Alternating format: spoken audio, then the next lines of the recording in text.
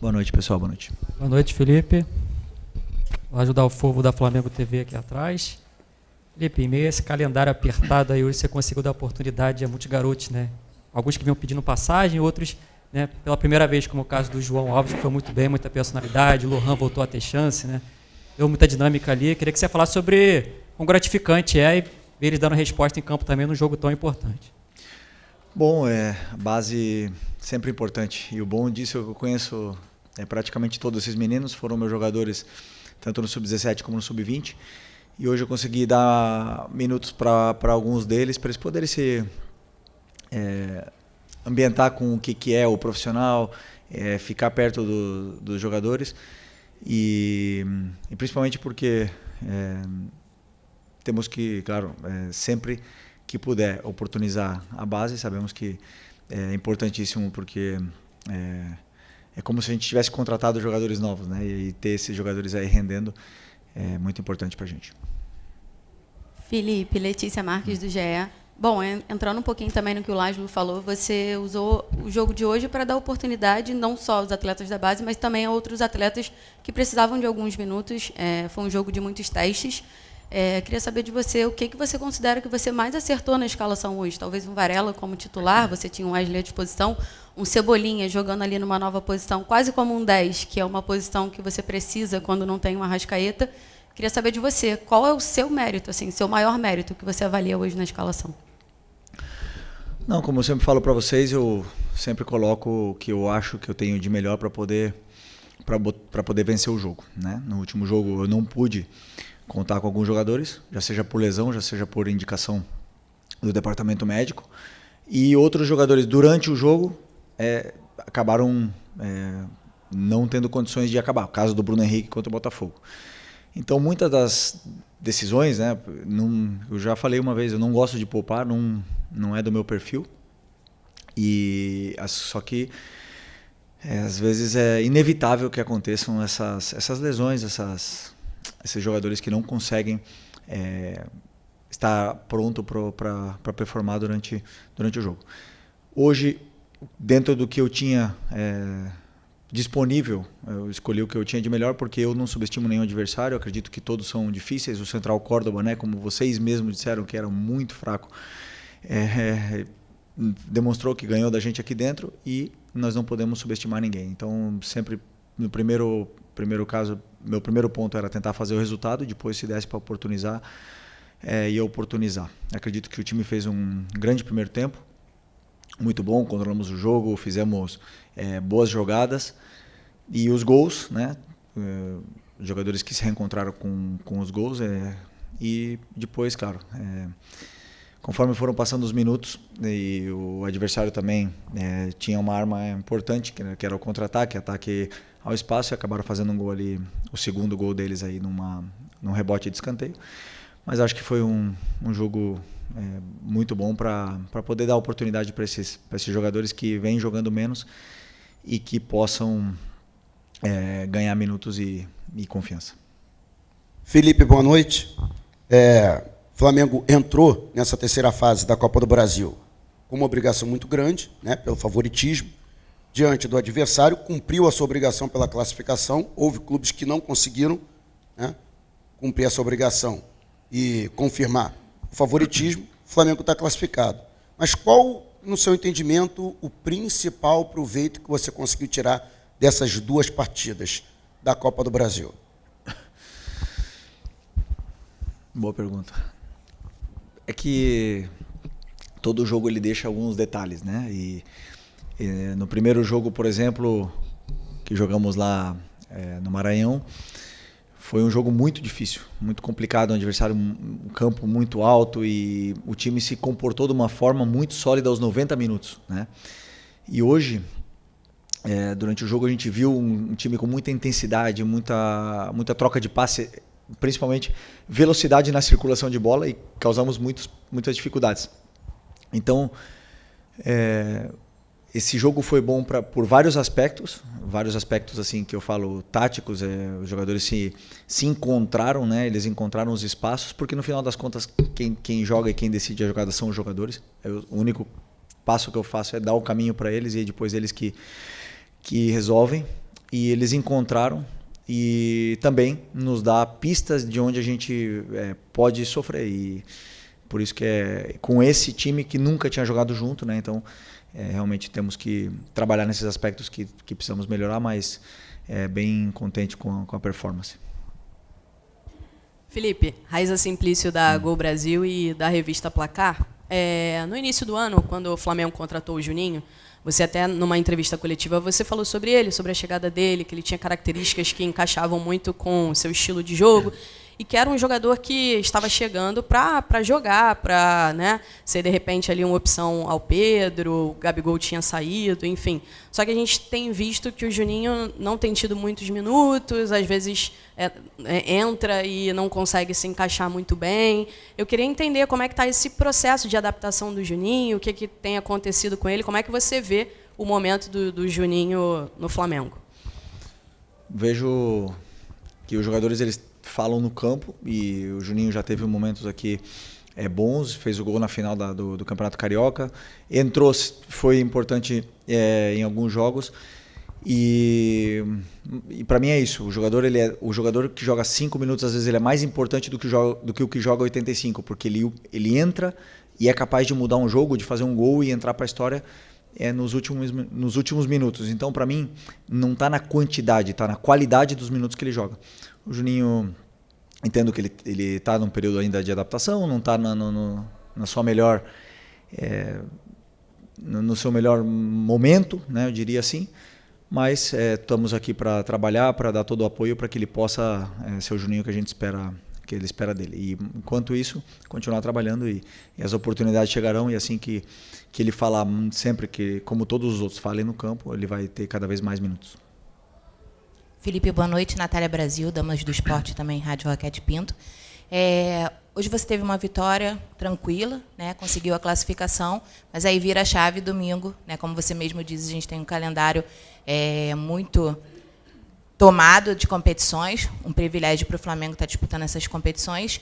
E você teve hoje o Pedro 90 minutos em campo, a Arrascaeta também entrou depois de ter ficado fora contra o Botafogo. Queria, se você já tem algum pensamento para o jogo de domingo, que é contra o líder do Campeonato Brasileiro, um jogo, né, como a gente fala, que vale 6 pontos, se você já tem algum pensamento em relação principalmente a esses dois jogadores, pelo gramado sintético, pela minutagem, pelo controle, e aí queria ouvir um pouquinho de você. Não, temos 4 dias para recuperar até esse próximo jogo, 4 dias é um tempo muito bom, para que todos os jogadores que jogaram hoje possam se recuperar a tempo para o jogo. Não sei ainda, a partir de amanhã eu vou começar a estudar o Palmeiras, vou decidir o plano de jogo, que jogadores vão começar, e sei que os dois estão prontos se eu precisar para poder. O Arrasca, como eu falei, não tinha condições de jogo no domingo, e hoje sim, para poder continuar se condicionando, teve 20, 25 minutos para poder não se descondicionar e chegar em plena forma para o domingo, né? Então, são jogadores que, principalmente o Pedro veio de uma lesão muito extensa, mas que está cada vez mais pegando ritmo, entrando em forma e para poder ajudar os companheiros. Assim que eu decidir, eu vejo que jogador vai começar o jogo. Felipe, boa noite. Gabriel Reis, canal Paparazzo Rubro Negro, revista Placar.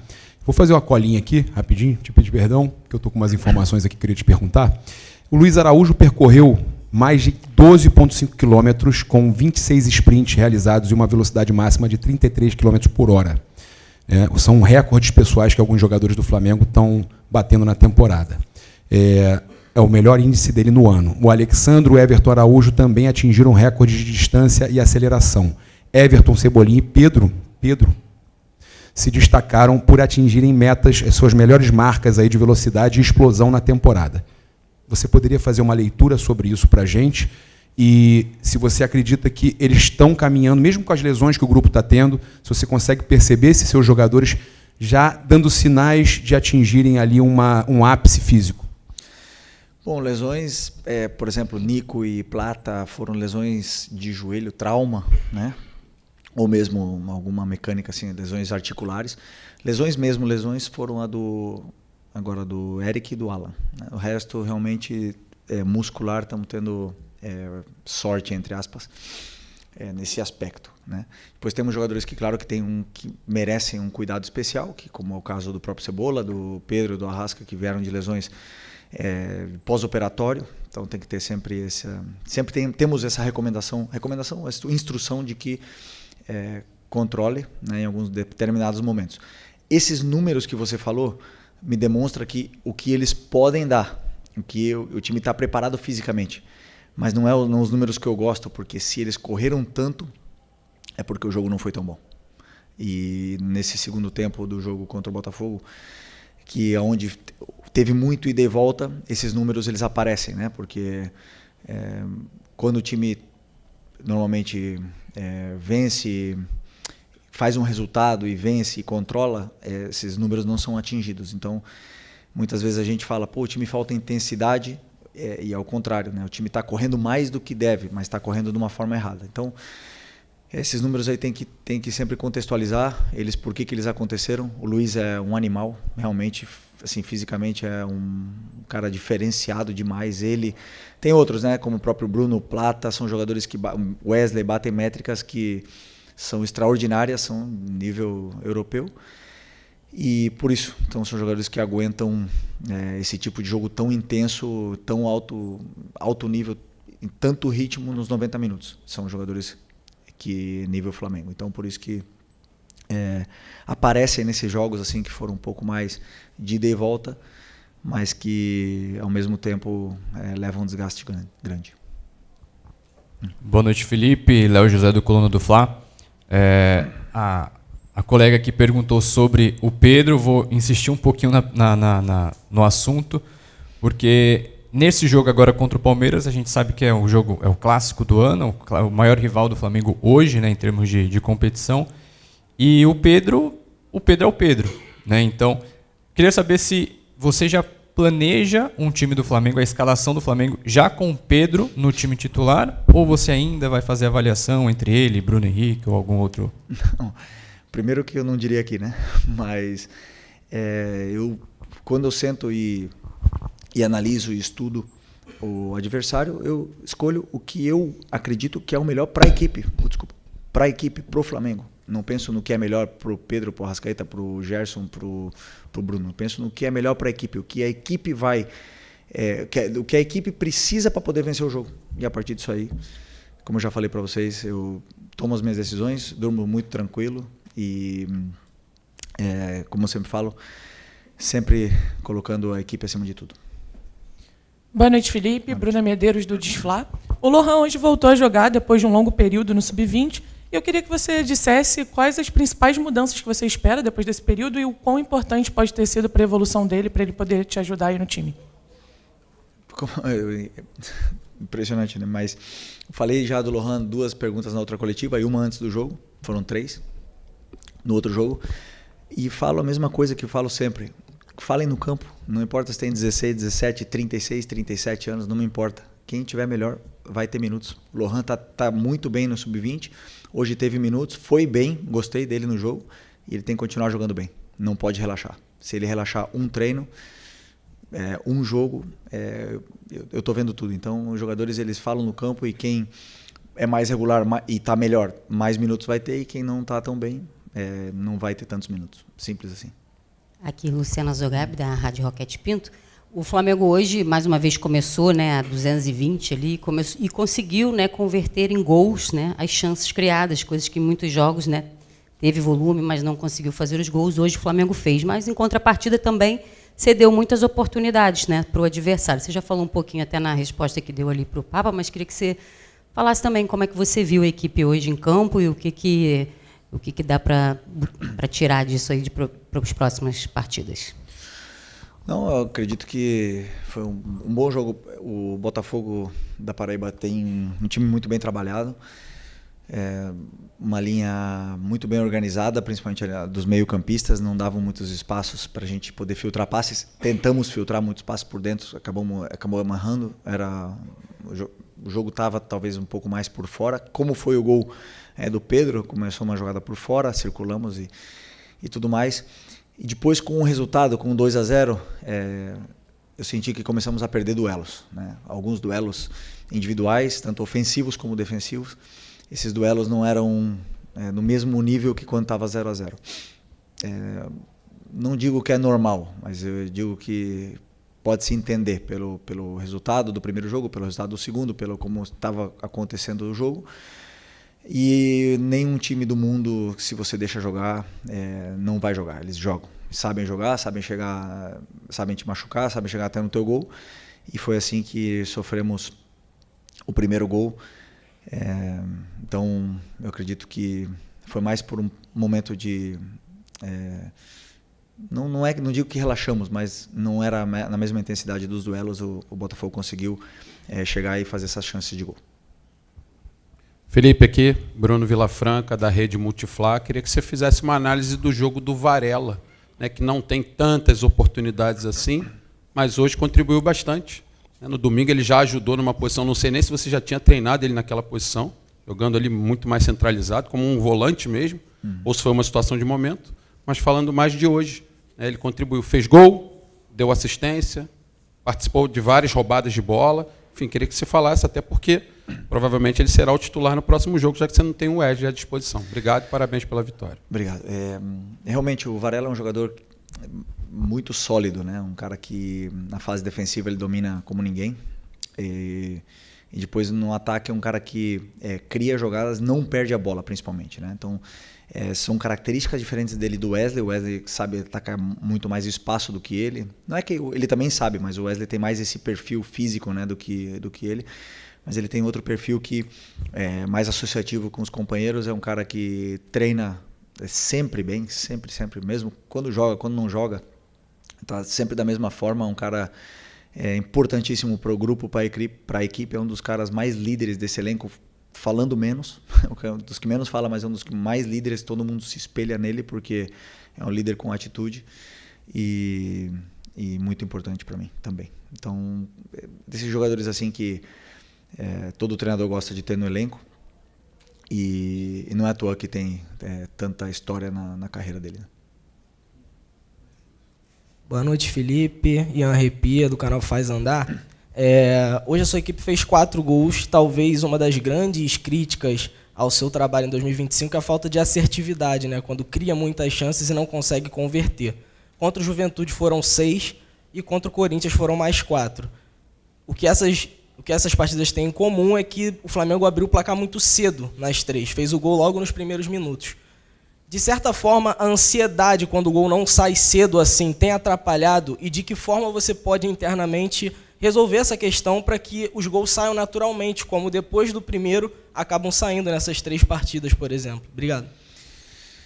Bom, primeiro, crítica ao meu trabalho, a falta de efetividade, mas eu não chuto no gol, hein? Já chutava, não fazia gol também, mas eu acredito assim que por que não fizemos gol contra o Botafogo? Porque existe uma qualidade defensiva no time do Botafogo. Existe um time que bloqueou os chutes, que não deixou chegar com tanta facilidade, que os atacantes se sacrificaram muito defendendo, fechando os volantes, fechando os espaços, não deixaram chegar. Eu sempre repito, o adversário também joga. O Juventude e hoje o Botafogo e o Corinthians nos deram certas, não facilidades, mas nos deram alguns espaços onde o time conseguiu aproveitar, fazer os gols, e aí o jogo fluiu com mais naturalidade, mais facilidade, né, depois do primeiro gol. Mas como eu falei para vocês, o nível do adversário ele fala muito, né? Se o adversário não é só qualidade com bola, para mim existe a qualidade defensiva. O jogador que tem qualidade na hora de defender, ele não te deixa chutar, ele induz, ele leva você para onde você não se sente confortável, e aí, claro, fazer gols nesses adversários é mais difícil, né? Tem vários times europeus, por exemplo, que são muito sólidos nessa fase defensiva, e aqui no Brasil também temos alguns, e claro, não é tão fácil fazer gol. E ainda mais se às vezes te pega em dias que você não está inspirado, ou não está no melhor momento, ou não está com todos os jogadores que são determinantes no campo. O time acaba não fazendo gols mais do futebol. A única coisa que a gente pode fazer é continuar dando as soluções, os espaços, levando os jogadores até a área, e depois que eles possam encontrar essas soluções e finalizar cada vez melhor, porque treinamos para isso. Boa noite, Felipe. Aqui, Sidão Marinho da Litoral News. Domingo tem um jogo dos dois principais elencos da América, Flamengo e Palmeiras. Palmeiras é o líder atualmente do Campeonato Brasileiro. Queria te perguntar o peso desse jogo, tanto para a campanha no Campeonato Brasileiro, tendo em vista que uma derrota deixaria o Palmeiras muito à frente, e para essa sequência final do Flamengo antes do Super Mundial. Se, na sua visão, esse é o grande duelo das duas melhores equipes de fato, porque o Palmeiras contratou muito na janela do início do ano, mais do que o Flamengo, e acabou nivelando a situação nos elencos. Obrigado. Bom, um jogo muito importante hoje, sem nenhuma dúvida, o grande rival aqui, um dos maiores elencos aqui do Brasil também. E temos um respeito muito grande um pelo outro, né? Então vai ser um grande jogo, vai ser um clássico moderno, né, do futebol brasileiro, onde esperamos ver um grande futebol. E, claro, sabemos que tem muita coisa em jogo. No final são 3 pontos, mas que, sem nenhuma dúvida, o Flamengo onde vai para ganhar. E queremos fazer um grande jogo para poder continuar a nossa caminhada. Eu só consigo ver o Palmeiras, não consigo ver mais nada pela frente do que nem Mundial, nem nada. Então, para mim, esse é o próximo foco.